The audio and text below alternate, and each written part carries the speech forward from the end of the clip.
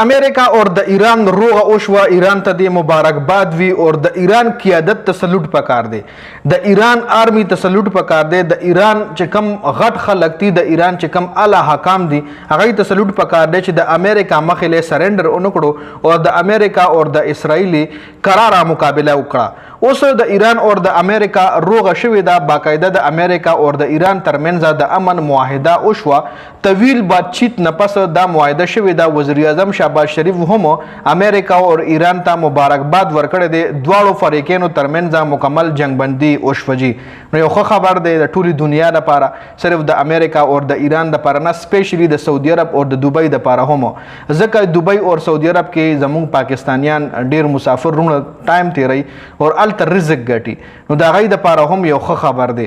د نه علاوه ایران امریکا ته ویلي چې چېرته به هم تاسو هیڅ قسم ډز نه کوئ، چېرته به هم تاسو هیڅ قسم حمله نه کوئ، او که بیا تاسو جارحیت وکړو نو بیا به زموږ نه ګیله نه کوئ.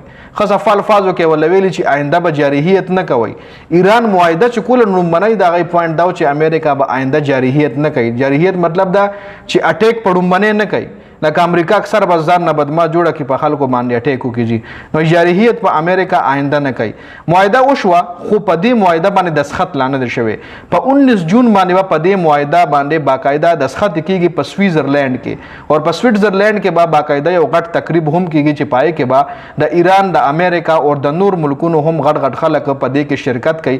یو غټ پروګرام به کیږي کې به دستخط کیږي، یو بل ته لکه څنګه چې روغه کیږي پښتانه اجرا کې روغه کوي، یو بل ته ورغاړه یو پروګرام وشي، چای بسکټ پکې وشي، نو دغه رنګ به اوس په سویزرلینډ کې یو تقریب کیږي، په هغې کې به د دې ملکونو روغه کیږي او دغه ملکونه به یو بل ته ورغاړوځي او دغه معاهدې باندې به دستخط هم کوي چې کومې معاهدې باندې د امریکا او د ایران روغه وشوه.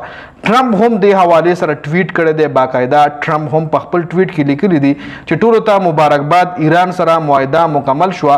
ایران بندرګاه د امریکا ناکهبندي ختمه شوه. ایران چې کوم ابنای هرموز لاره وه په هغې باندې ولا امریکې یو طرف ته او بل طرف ته خپله ناکهبندي ودرولې وه چې ایران به کوم جازونه پرېښله به امریکې نه پرېښل. امریکې به ولوي چې ولې ته زموږ جازونه نه پرېږدو، د نورې دنیا پرېږدې. نو ایران ته هم مسله جوړه شوې وه، ځکه د ایران خپل جازونه به یا به د نورو ملکونو د ایران چې کوم دوست ممالک دي د هغوی جازونه به ایران به پرېښل، نو امریکې وله خپله ناکهبندي ولګوله چې نه به پرېږدي. څنګه به پرېږدي؟ نو هغه ناکهبندي چې کومه ده هغه هم ډونلډ ټرمپ ووایي چې مونږ ختمه کړه او د دنیا جازونه چې خپلې سرګرمیانې شروع کړي.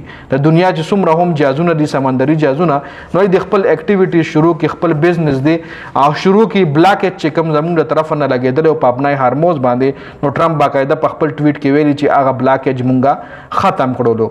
نو ټولې دنیا ته د مبارک وي. د ایران او د امریکا د جنګبندۍ معاهده وشوه، د امن معاهده وشوه، نو د ټولې دنیا دپاره یو ښه خبر دی.